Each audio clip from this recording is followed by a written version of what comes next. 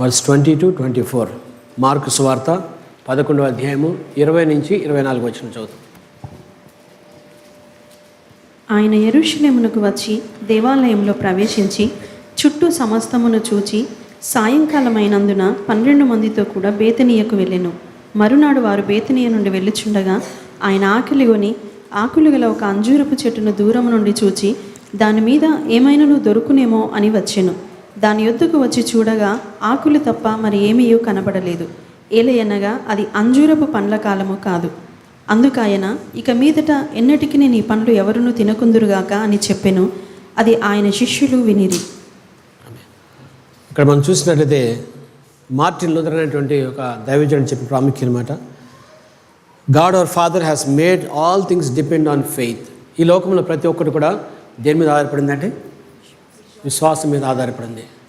మనం బ్రతుకుతున్నాం, మనం వెళ్తున్నాం, వస్తున్నాం, నిద్రపోతున్నాం, లేస్తున్నాం, అన్నీ కూడా మనకి విశ్వాసం ద్వారా మాత్రమే జరుగుతున్నాయని దేవుని వాక్యం తెలియజేస్తుంది. God our father has made all things depend on faith so that whoever has faith has made everything. ఎవరైతే విశ్వాసం కలిగి ఉంటారో వారి జీవితంలో అన్నింటిని వారు కలిగి ఉంటారని దేవుని వాక్యం తెలియజేస్తుంది. And whoever does not have faith will have nothing. ఎవరి జీవితంలో అయితే విశ్వాసం లేదో వాటిని దేన్ని వాడు పొందుకోవడానికి అవకాశం లేదు అంటారు. ఎందుకంటే మనం విశ్వాసం ద్వారా మాత్రమే మనము జీవిస్తున్న వాక్యం తెలియజేస్తుంది. దానికంటే ముందుగా మనము మరి మార్కు సువార్త 11వ అధ్యాయం 22 మధ్యానికి ముందుగా సామ్స్ చాప్టర్ 33 కీర్తనల గ్రంథం 33వ అధ్యాయము 6-7 వచనం మనం చూద్దాం. ఎలా ఈ ప్రపంచం ఎలా మరి సృష్టించబడింది అంతా కూడా ఒకసారి మనం చూద్దాం. మార్కు సువార్త సామ్ చాప్టర్ 6:33 or 6 and 7. యెహోవా వాక్కు చేత ఆకాశములు కలిగెను. మనం ఇక్కడ చూసినట్లయితే యెహోవా వాక్కు చేత ఆకాశములు కదిలిన, అంతేగాని దానికంటే ముందుగా ఉన్నటువంటి మరి వాటి ద్వారా మరి ఆకాశములు కలగలేదు. కానీ దేవుని యొక్క వాక్కు చేత ఈ యొక్క ఆకాశములు కలిగినని చెప్పి వాక్యం తెలియజేస్తుంది. The words were set in order by spoken word. దేవుడు మనతో మాట్లాడిన మాటను బట్టి, దేవుడి లోకానికి ఆజ్ఞాపించిన విధానాన్ని బట్టి అన్నీ కూడా ఇక్కడ జరిగినట్లుగా మనము చూస్తున్నాం. చదవండి. యెహోవా వాక్కు చేత ఆకాశములు కలిగెను, ఆయన నోటి ఊపిరి చేత వాటి సర్వ సమూహము కలిగెను. అందుకే by the word of the Lord the heavens were made. అంటే ఈ ఆకాశము, భూమి, నక్షత్రములు మనం చూస్తున్న ప్రతి ఒక్కరు కూడా ఎలా సృష్టించబడి అంటే దేవుని యొక్క వాక్య చేత అవన్నీ కూడా సృష్టించబడ్డమని దేవుని వాక్యం తెలియజేస్తుందని. By the word of the Lord the heavens were made and all the హోర్స్ of heaven of them by the breath of his mouth. ఆయన నోటి ద్వారా ఏదైతే మాట వచ్చిందో ఆయన నోటి ద్వారా ఆ మాట ప్రకారంగా ఇక్కడ కలుగును గాక అంటే అది కలిగింది, ఇది జరుగును గాక జరిగింది, ఇలా జరుగును గాక అని దేవుడు ఎలా అయితే మాట్లాడారో ఆ మాట చొప్పున సమస్తం జరిగినట్లుగా మనం చూస్తున్నాం.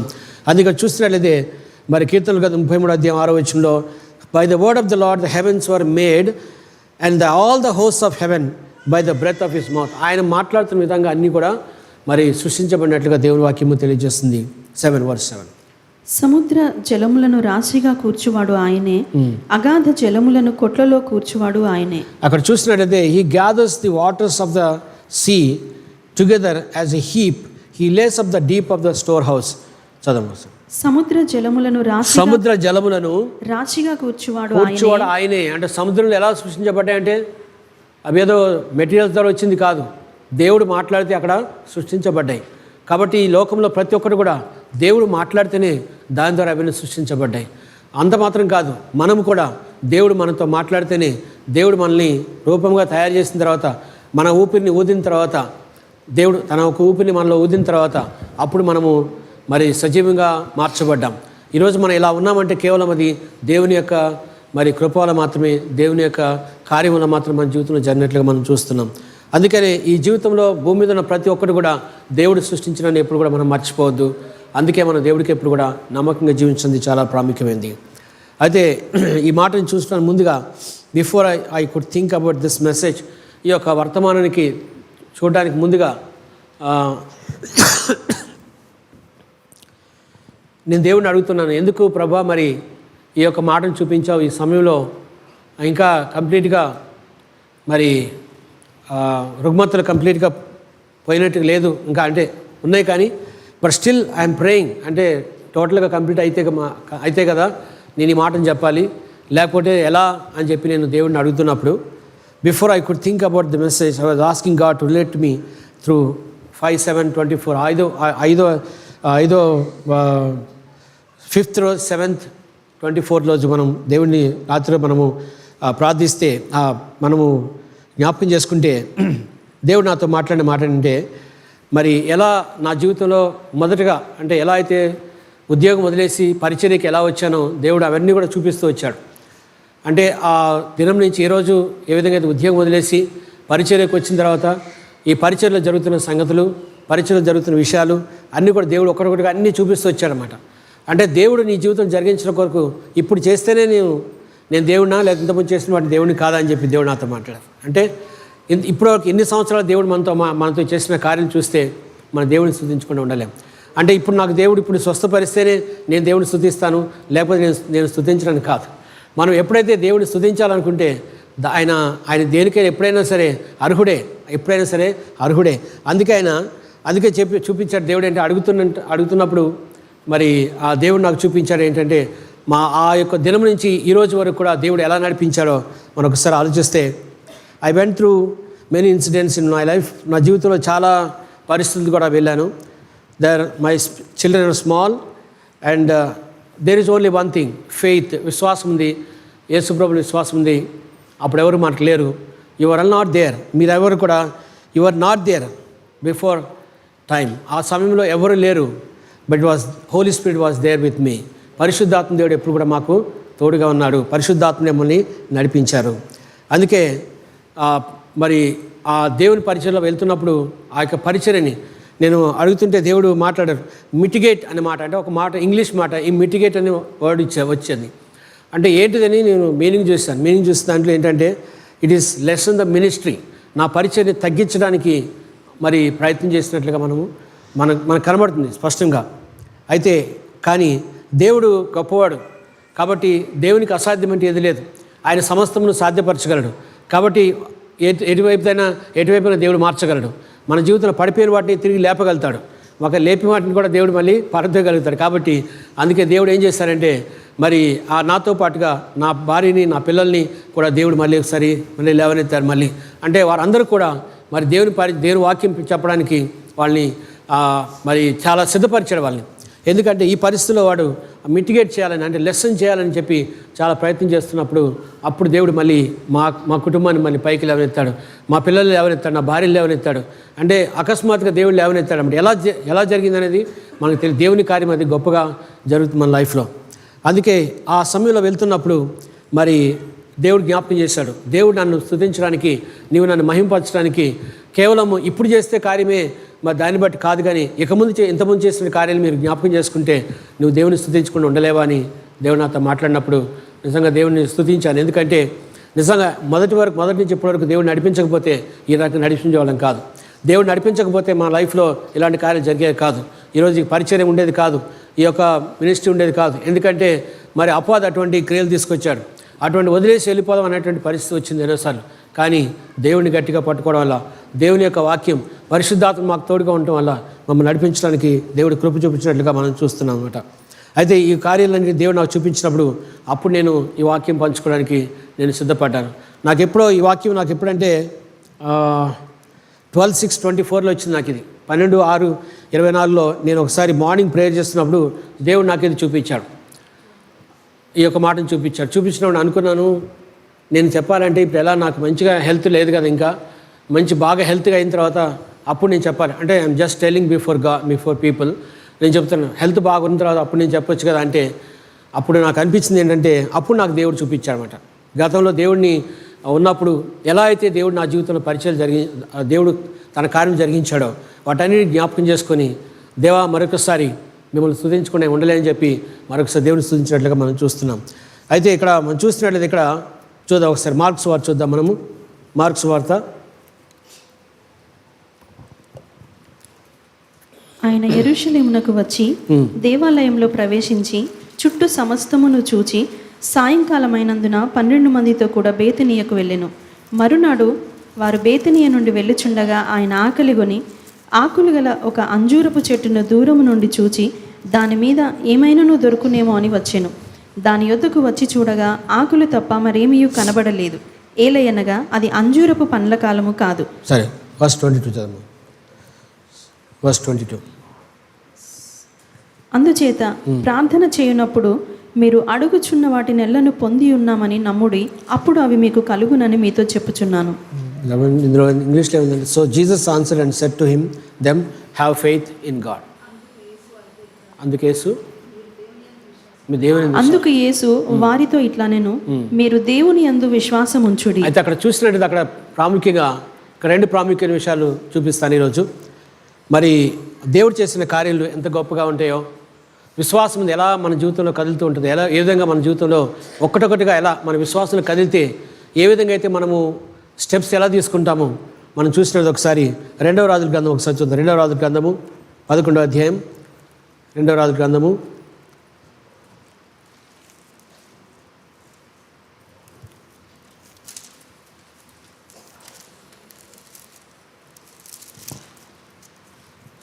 2వ రాజుల గ్రంథము 4వ అధ్యాయము 19-24.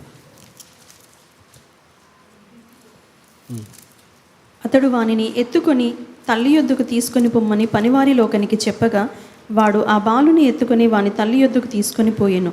దీనికంటే ముందుగా చూసినట్టు ఒకసారి మనం వర్ష 9లో చూసినట్లయితే అక్కడ ఈ యొక్క వీమికి కుమారుడు లేనట్టుగా మనకి కనబడుతుంది. 4వ అధ్యాయంలో 13వ వచనం ఒకసారి చూసినట్లయితే 4వ అధ్యాయం 9వ వచనం చూస్తే, కాగా ఆమె తన పెనిమిటిని చూచి మన యొద్దకు వచ్చుచూ పోవుచున్నవాడు భక్తిగల దైవజనుడని నేను ఎరుగుదును.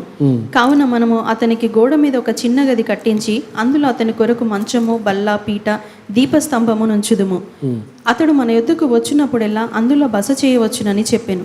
చూస్తే ఇక్కడ నాకు ఇక్కడికి వచ్చిన తర్వాత వర్షిప్ చేస్తున్నప్పుడు నాకు దేవుడు మాట్లాడారు ఏంటంటే, and she said to her husband, look now I know that this is a holy man of God who passes by us regularly. అంటే అక్కడ ఎవరు గుర్తించారు? మొదటిగా ఎవరు గుర్తించారు? చెప్పాలి. ఎవరు గుర్తించారు అక్కడ? స్త్రీ. అక్కడ అది నాకు మాట్లాడిన దేవుడు ఏంటంటే స్త్రీ గుర్తించింది. అక్కడ చూస్తే she said to her husband, look now I know that this is a holy man of God who passes by us regularly. Please let us make a small upper room in the wall and let us put a bed for him there.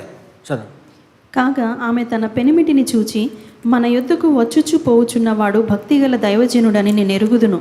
కావున మనము అతనికి గోడ మీద ఒక చిన్న గది కట్టించి అందులో అతని కొరకు మంచము, బల్ల, పీట, దీపస్తంభము నుంచుదము. అతడు మన యొద్దకు వచ్చినప్పుడెల్లా అందులో బస చేయవచ్చునని చెప్పెను. ఇక్కడ చూస్తే అందుకే నేను అనుకుంటున్నాను మన చర్చలో ప్రతి ఒక్కరు కూడా, ప్రతి స్త్రీ కూడా, అందరూ కూడా దేవుని దైవజనాన్ని గుర్తించేటట్లుగా, దేవునికి నమ్మకంగా ఉండేటట్లుగా మనందరం కూడా, మన స్త్రీలందరూ కూడా ఆ విధంగా ఉండాలని మరొకసారి నేను ప్రార్థిస్తున్నాను. చూస్తే ఇక్కడ ఆమెకి పిల్లలు లేరు. పిల్లలు లేనప్పుడు ఈ దైవజనుడు అడుగుతున్నాడు, రాజుతో మాట్లాడాలా లేకపోతే ఎవరితో మాట్లాడితే ఆమెకి ఏమైనా సహాయం దొరుకుతుంది అన్నప్పుడు ఈ దైవజనుడు అంటాడు ఆమెకి కుమారుడు లేడని చెప్తారు. ఆ కుమారుడు లేడని చెప్పిన తర్వాత అప్పుడు ఆయన కుమారుడు కలుగుతారు. తర్వాత ఒక సమయంలో ఒక పరిస్థితులు ఏంటంటే ఆమె పూర్తిగా కుమారుడిని కోల్పోయే పరిస్థితి వచ్చింది. ఆ సమయంలో ఏ విధంగా అయితే ఈ షునమైట్ స్త్రీ తన యొక్క విశ్వాసాన్ని ఏ విధంగా ప్రకటించి ఒకసారి మనం చూసినట్లయితే వర్స్ 19 నుంచి చూసినట్లయితే వర్స్ 19 చూద్దాం. అతడు వానిని ఎత్తుకొని తల్లి యొద్దకు తీసుకొని పొమ్మని పనివారి లోకానికి చెప్పగా వాడు ఆ బాలుని ఎత్తుకొని వాని తల్లి యొద్దకు తీసుకొని పోయెను. ఫస్ట్ థింగ్ ఏంటంటే and he said to his father, అంటే విశ్వాసం ఏ విధంగా మన విశ్వాసం ఉంటే ఏ విధంగా మన లైఫ్లో అన్ని విషయాలు జరుగుతూ ఉంటే మనం ఒకసారి గమనిస్తే మనకు అర్థమవుతుంది ఈ మాటను చూసినప్పుడు. ఫస్ట్ ఏంటంటే he said to his father, దానిపైన 18లో now it happen on the day he went of his father reapers. ఆ బిడ్డ ఎదిగిన తర్వాత ఒకనాడు కోతకోయి వారి యొద్దనున్న తన తండ్రి దగ్గరకు పోయి అక్కడ ఉండగా వాడు నా తల పోయేనే అని తన తండ్రితో చెప్పాను. అతడు వానిని ఎత్తుకొని తల్లి యొద్దకు తీసుకొని పొమ్మని పనివారిలోకనికి చెప్పగా వాడు ఆ బాలుని ఎత్తుకొని వాని తల్లి యొద్దకు తీసుకొని పోయెను. ఇక్కడ కూడా చూస్తే మనకి ఎవరు కనబడుతుంది? ఇక్కడ మనకి విశ్వాసంలో కదిలేవాళ్ళు షునమైట్ స్త్రీ కనబడుతుంది. ఇక్కడ ఆ తండ్రి దగ్గర చనిపోతే ఆయన ఆ పిల్లోడిని ఎక్కడికి తల్లి దగ్గర తీసుకెళ్ళమని చెప్తాడు. అక్కడ కూడా మనకి స్త్రీ కనబడుతుంది. అంతే. ఆ తర్వాత అప్పుడు ఆమె పిల్లవాణిని దైవజనుని మంచం మీద పెట్టి తలుపు వేసి బయటికి వచ్చి, ఫస్ట్ థింగ్ ఏంటంటే ఆమె స్త్రీలో జరిగిన మొట్టమొదటిది ఏంటంటే ఆమె లైఫ్లో the first incident she kept her boy on the bed of the man of God. దైవజనుని యొక్క మంచం మీద ఆ పిల్లోడిని పడుకోబెట్టినట్లుగా మనకి ఫస్ట్ కనబడుతుంది. మనకి ఆమె చేసిన మొట్టమొదటి విశ్వాసంలో ఫస్ట్ థింగ్ ఏంటంటే ఆమె ఏం చేసిందంటే the first incident she kept her boy on the bed of man of God was she went to the man of God and went. అక్కడికి వెళ్ళి ఆ బెడ్ మీద పడుకోబెట్టి ఆ తర్వాత ఆమె వెనక్కి వెళ్ళినట్లుగా మనము నెక్స్ట్ కార్యక్రమం జరిగించడానికి వెళ్ళినట్టుగా మనకి కనబడుతుంది. అంటే అక్కడ మనం చూసినట్లయితే she did not care about the man of God. దైవజనుడు ఏమాత్రం కూడా లెక్క లేదు అన్నట్టుగా మనం ఇప్పుడు కూడా ఉండకూడదు. She did not care about the man of God. She understood that a man of God is there for him to do his work. ఆమె జీవితంలో కార్యం జరిగించడం కొరకు దైవజనుడు తప్పకుండా అక్కడ ఉండాలనేటువంటి నమ్మకం, విశ్వాసం ఉన్నట్టుగా మనకి కనబడుతుంది. సెకండ్ థింగ్, ఒక పనివానిని ఒక గాడిదను నా యొద్దకు పంపుము, దైవజనుని యొద్దకు పోయి వచ్చేదనని తన పెనిమిటితో ఆమె అనగా, అతడు నేడు అమావాస్య కాదే, విశ్రాంతి దినము కాదే, అతని యొద్దకు ఎందుకు పోవుదు అని అడగగా ఆమె నేను పోవటం మంచిదని చెప్పి. ద సెకండ్ థింగ్ ఏంటంటే she went to her husband and asked him to send a young man that she may run to the man of God. ఆమె రెండవదిగా ఆమె చేసిన కార్యక్రమం ఏంటంటే మొదటగా తీసుకెళ్ళి ఆ కుమారుని తీసుకెళ్ళి ఆ బెడ్ మీద పడుకోబెట్టింది. ఫస్ట్ థింగ్ ఆమె. రెండవది అంటే విశ్వాసంలో జరుగుతున్న క్రియలన్నీ జరుగుతాయి. విశ్వాసంలో వాళ్ళకి జరిగే క్రియలు ఆ విధంగా ఉంటాయి. రెండవదిగా ఆమె ఏం చేసిందంటే she went to her husband. ఆమె భర్త దగ్గరికి వెళ్ళి చెప్పింది ఏంటంటే నాకు ఒక పనివాడిని పంపిస్తే నాకు దైవజనుని తీసుకెళ్ళడానికి ఆయన నాకు సహాయం చేస్తారని చెప్పి ఒక పనివాడి కోసం చెప్తున్నట్లుగా మనం చూస్తున్నాం. రెండవది. మూడవది చూసినట్లయితే ఇక్కడ మూడవది చూద్దాం. నెక్స్ట్ థింగ్, గాడిదకు గంత కట్టించి తాను ఎక్కి తన పనివానితో శీఘ్రముగా తోలుము, నేను నీకు సెలవిచ్చితేనే గాని నిమ్మలముగా తోలవద్దా నేను.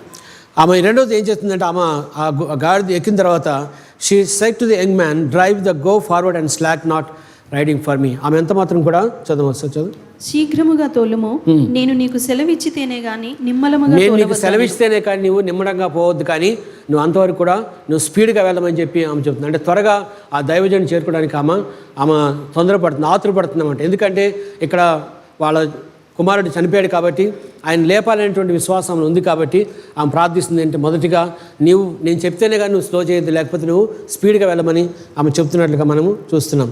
తర్వాత నెక్స్ట్ వర్స్ 4. ఈ ప్రకారము ఆమె పోయి కర్మెలు పర్వతమందున్న ఆ దైవజనుని యొద్దకు వచ్చెను. దైవజనుడు దూరము నుండి ఆమెను చూచి అదిగో ఆ శూనేమీయురాలు, నీవు ఆమెను ఎదుర్కొంటకై పరుగున పోయి నీవును నీ పెనిమిటియు నీ బిడ్డయు సుఖముగా ఉన్నారా అని అడుగుమని తన పనివాడైన గేహజీతో చెప్పి పంపెను. అందుకు ఆమె సుఖముగా ఉన్నామని చెప్పెను. Okay.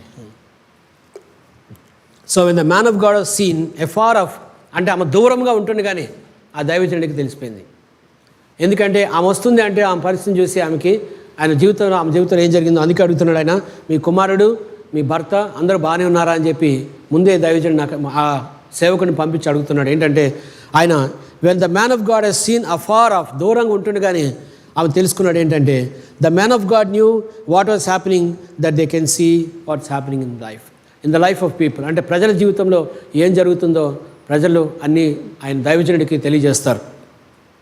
The man of God knew what was happening and they can see what's happening in their life. వారి జీవితంలో ఏం జరుగుతుందో దైవజనుడికి ముందుగానే తెలుస్తుంది. దేవుడు తప్పకుండా మాట్లాడతారు. తప్పకుండా ఆ దైవజనుడికి చెప్పిన తర్వాత అందుకు అడుగుతున్నాడు, ముందుగానే వెళ్ళేసి ముందెళ్ళి ఆమెను అడుగు, ఆమెకి కుమారుడు బాగున్నాడా, ఆమె భర్త బాగున్నాడా అని ఆయన ముందుగానే వెళ్ళి ఆ దైవజన్ ఆమెతో మాట్లాడుతున్నాడు. దేవుడు ఆయన చెప్తున్నట్టుగా మనం చూస్తున్నాం. సో అందుకని when the man of God has seen afar off, ఆమె దూరంగా చూస్తుండే కానీ ఆమెకు తెలిసింది ఏంటంటే ఆమెకి ఎలా ఉందని చెప్పి ఆయన ముందు కనుక్కోమని దైవజనుడికి ముందుగానే మరి ఆలోచన ఉంది కాబట్టి ముందుగానే మాట్లాడుతున్నట్టుగా మనము చూస్తున్నాం. తర్వాత నెక్స్ట్, పిమ్మట ఆమె కొండ మీదనున్న దైవజనుని యొద్దకు వచ్చి అతని కాళ్ళు పట్టుకొనెను. గేహజీ ఆమెను తోలివేయుటకు దగ్గరగా రాగా దైవజనుడు ఆమె బహువ్యాకులముగా ఉన్నది, యెహోవా ఆ సంగతి నాకు తెలియజేయక మరుగు చేసెను, ఆమె జోలికి పోవద్దని వానికి ఆజ్ఞ ఇచ్చెను.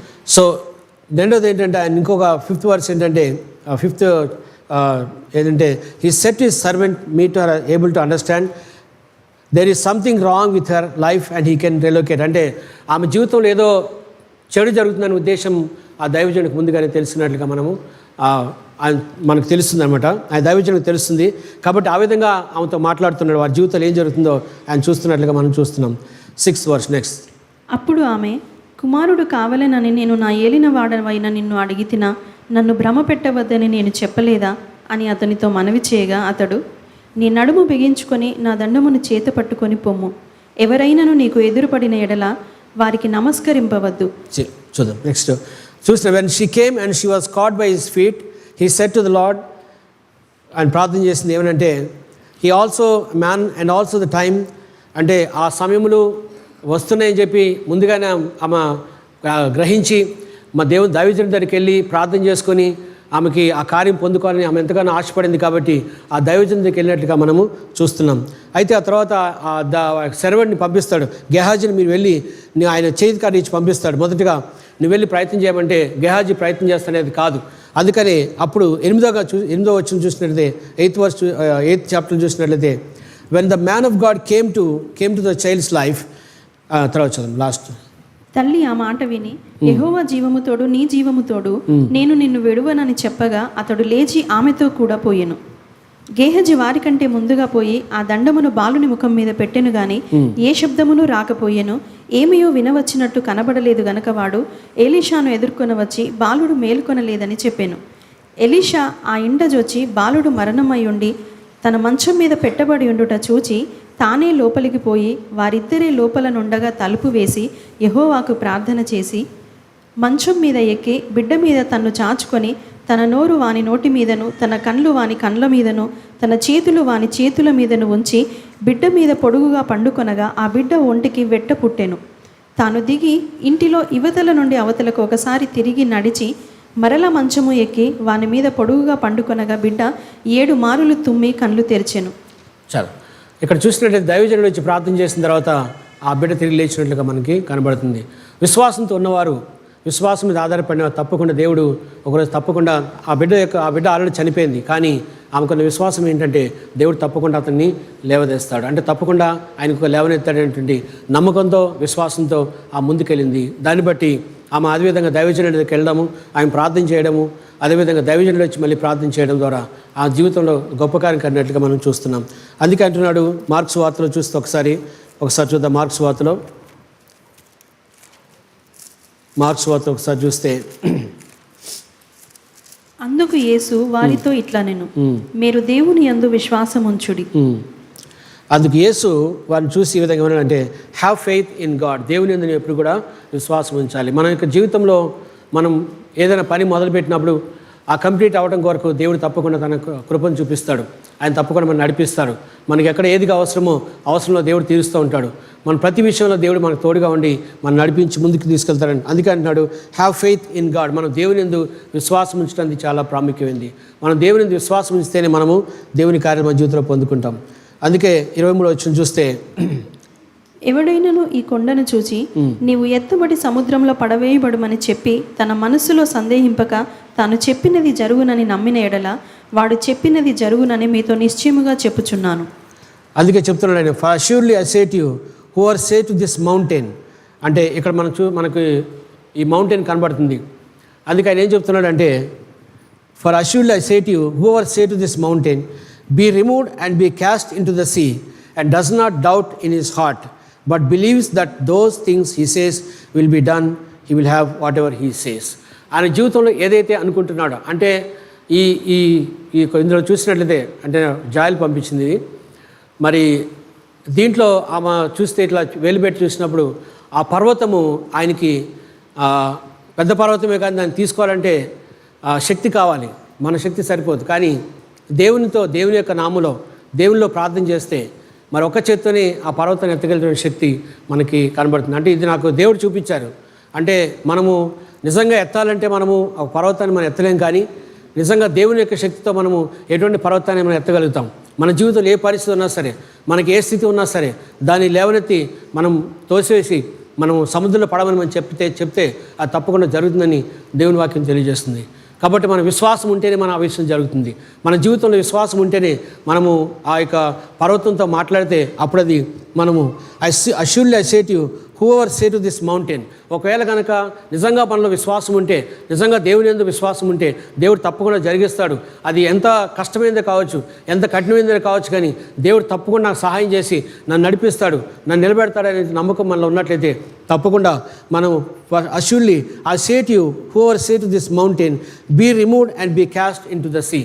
మరి ఆ వ్యక్తి విశ్వాసంతో, అంటే గొప్ప వ్యక్తి గురించి చెప్పట్లేదు, మరి ఎటువంటి వ్యక్తి అయినా సరే మరి దేవుని మీద ఆధారపడి దేవుని మీద నమ్మకంతో విశ్వాసంతో ఉన్నట్లయితే, హ్యావ్ ఫెయిత్ ఇన్ గాడ్, విశ్వాసము దేవుని మీద విశ్వాసంతో ఉన్నట్లయితే ఆ వ్యక్తి ఒకవేళ for assuredly I say to you that say to this mountain be removed and be cast into the sea and does not doubt in his heart but believes, ఆయన దేవుని యందు నమ్మకంతో, అంటే దేవుడు తప్పకుండా జరిగిస్తాడు అనే నమ్మకంతో విశ్వాసంతో ఉన్నట్లయితే తప్పకుండా ఎటువంటి పర్వతమైనా సరే, ఎటువంటి కఠినమైన పరిస్థితి అయినా సరే దాన్ని తొలగించి ప్రక్కకు తోసుకునేటువంటి శక్తి దేవుడు మనకి ఇస్తాడు.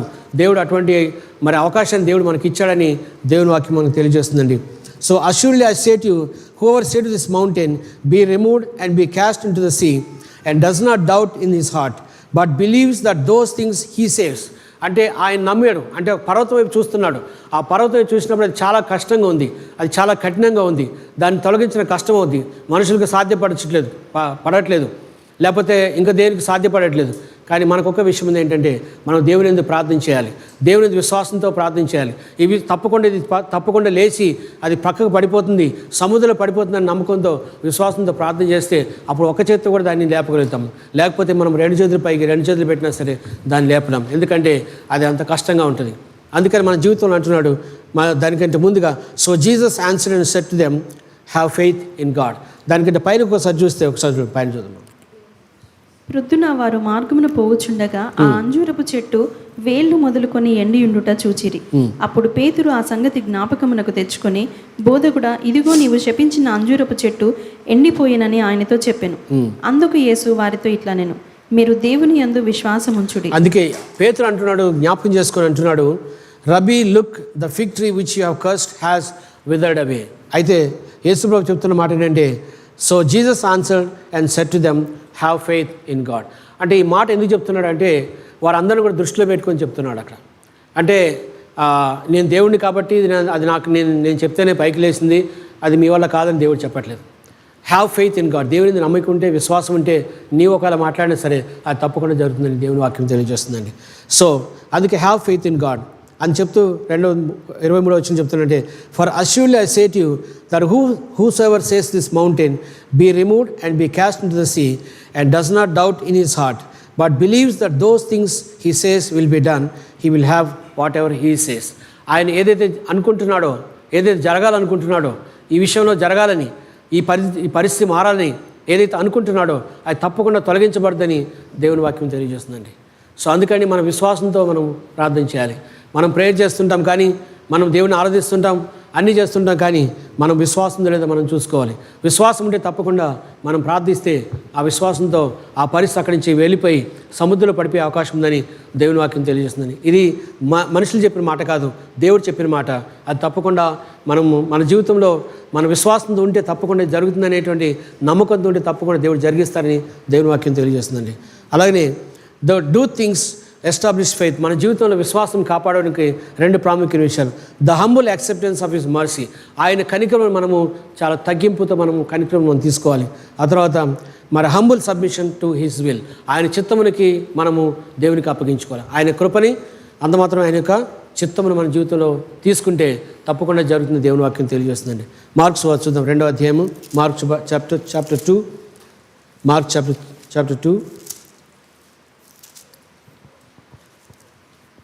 మార్క్స్ వార్త 2వ అధ్యాయం 1 నుంచి 5 వచనం. కొన్ని దినములైన పిమ్మట ఆయన మరలా కపెర్నహుంలోనికి వచ్చెను. ఆయన ఇంట ఉన్నాడని వినవచ్చినప్పుడు అనేకులు కూడి వచ్చిరి గనుక వాకిటనైనను వారికి స్థలము లేకపోయెను. ఆయన వారికి వాక్యము బోధించుచుండగా కొందరు పక్షవాయువు గల ఒక మనుష్యుని 4 చేత మోయించుకుని ఆయన యొద్దకు తీసుకొని వచ్చిరి. చాలామంది కూడి ఉన్నందున వారు ఆయన యొద్దకు చేరలేక ఆయన ఉన్న చోటికి పైగా ఇంటి కప్పు విప్పి సందు చేసి పక్షవాయువు గల వానిని పరుపుతోనే దింపిరి. యేసు వారి విశ్వాసమును చూచి, కుమారుడా, నీ పాపములు క్షమింపబడి ఉన్నవని పక్షవాయువు గల వానితో చెప్పాను. అక్కడ చూసినట్లయితే అక్కడ వారందరూ కలిపి ఆ పక్షవాయువు గల వ్యక్తిని చేతితో 4 పట్టుకొని వచ్చారు. వాళ్ళు ప్రయత్నం చేశారు. అంటే వారి యొక్క హృదయంలో నమ్మకం ఉంది, విశ్వాసం ఉంది. తప్పకుండా దేవుని దగ్గరికి వెళ్తే దేవుడు తప్పకుండా జరిగిస్తాడు, ఈ కార్యం జరిగిస్తాడు, నమ్మకం విశ్వాసం ఉంది. కాబట్టి వారందరూ ప్రయత్నం చేశారు. కానీ అది కానప్పుడు ఏం చేస్తారు, చివరిగా వాళ్ళు ఏం చేశారంటే పై కప్పుని ఇచ్చి కిందికి దింపారు. యేసుప్రభు దగ్గరికి దింపినప్పుడు అది చూసి యేసుప్రభు, when Jesus saw their faith, he said to the paralytic, son, your sins are forgiven you. యేసు వారి విశ్వాసము చూచి, కుమారుడా, నీ పాపములు క్షమింపబడి ఉన్నవని పక్షవాయువు గల వానితో చెప్పెను. అయితే అక్కడ మనం చూసినట్టయితే ఆయనకి రక్షణకు ముందుగా మనకి ఏం కావాలంటే మనము ఆయనకి రక్షణ అనేది చాలా ప్రాముఖ్యమైంది. ఆయనకి స్వస్థతకు ముందుగా రక్షణ అనేది చాలా ప్రాముఖ్యమైంది. ఒక వ్యక్తి రక్షణ పొందిన తర్వాత ఆయన లైఫ్లో అన్ని రకాల కార్యాలు జరుగుతాయి. అందుకని ఇక్కడ ఏమంటే మొదటిగా నీ యొక్క పాపములు క్షమించబడి ఉన్నాయని చెప్పి మొదటిగా దేవుడు వాళ్ళకి చెప్తున్నాడు. అంటే మొదటిగా ఆయన యొక్క పాపములు క్షమించబడి ఉన్నాయని చెప్తూ, తర్వాత యేసు వారి విశ్వాసమును చూచి, కుమారుడా, నీ పాపములు క్షమింపబడి ఉన్నవని పక్షవాయువు గల వానితో చెప్పెను. వారు శాస్త్రుల కొందరు అక్కడ కూర్చుండి ఉండేరి. చాలా ఇక్కడ చూసినట్లయితే యేసుప్రభు వారి యొక్క విశ్వాసమును చూచి, he said to the paralytic man, son, your sins are forgiven you. మొదటగా నీ పాపములు క్షమించబడ్డాయని చెప్పాడు. ఎప్పుడైతే ఆ పాపములు క్షమించబడ్డాయని చెప్పారో ఆ తర్వాత స్వస్థతకి మార్గం సరళం చేయనట్లుగా మనము అవి చూస్తున్నాం.